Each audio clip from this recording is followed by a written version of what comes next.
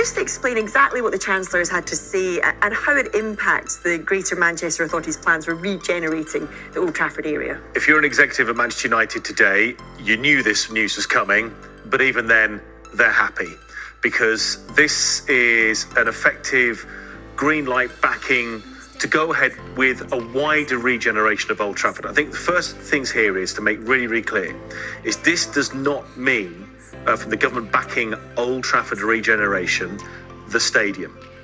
It means everything. The wide area is going to be completely transformed. There are some freight areas which are going to move. So obviously you've got the canals and the waterways around there, new housing, retail, leisure, public infrastructure and, NHS services, etc., etc. A part of it which is either to build a new Old Trafford, new stadium for Manchester United, or a refurbished Old Trafford.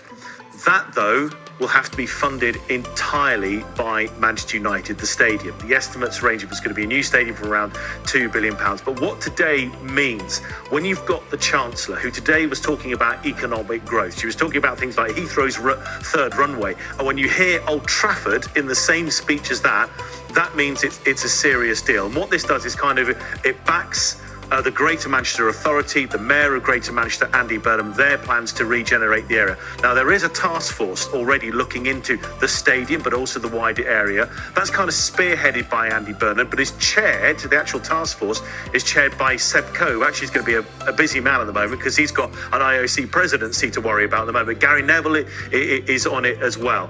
This will stop any blocking, interference, delays that central government could bring to that wider plan.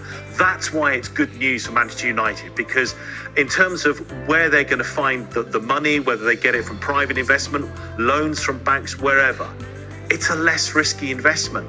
It's going to be a huge regeneration project, a public one, of which there will be some private investment, of which then Old Trafford is going to be a part of it as well. So anyone that Manchester United will be looking for investment, this becomes something that's very attractive, much more attractive than it were, say, for example, those plans that Andy Burnham and the Greater Manchester Authority didn't have for wider regeneration were slammed down, put into the long grass. So it's an effective green light to go ahead. We're not there yet. There's a long way to go. But this certainly, over the weekend, it was we knew the Chancellor was going to say this, but she's confirmed it today in a speech as well, that she backs Andy Burnham's, the Greater Manchester Mayors and the Greater Manchester Authority, all their plans, and that includes at the centrepiece a new or refurbished stadium for Manchester United. And if anyone's, I know what the next question could be, so I'll just get there.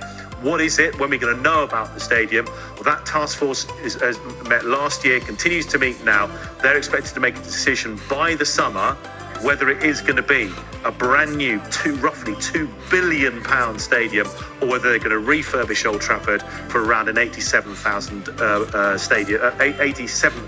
capacity. So those are the options on the table. It just makes getting to either of those options, getting them on the table, getting them to become reality, much, much easier today. Yeah, and you said the summer, so in terms of a timeline, you said still a long way to go, but that is essentially what happens next. That's the timeline in terms of a decision from the task force as to what they're going to proceed with, whether it's going to be a brand new stadium or a refurbished stadium. A brand new stadium would be bigger, be 100,000, and I think that's the preferred option of the minority owner of Manchester United, Sir Jim Ratcliffe. I think that's what he wants, and I think probably today, listen, I'm not in the rooms, but I watch enough of how this works. Today's announcement would lead me, if I was a betting man, and it's 50-50, to lead towards a new stadium.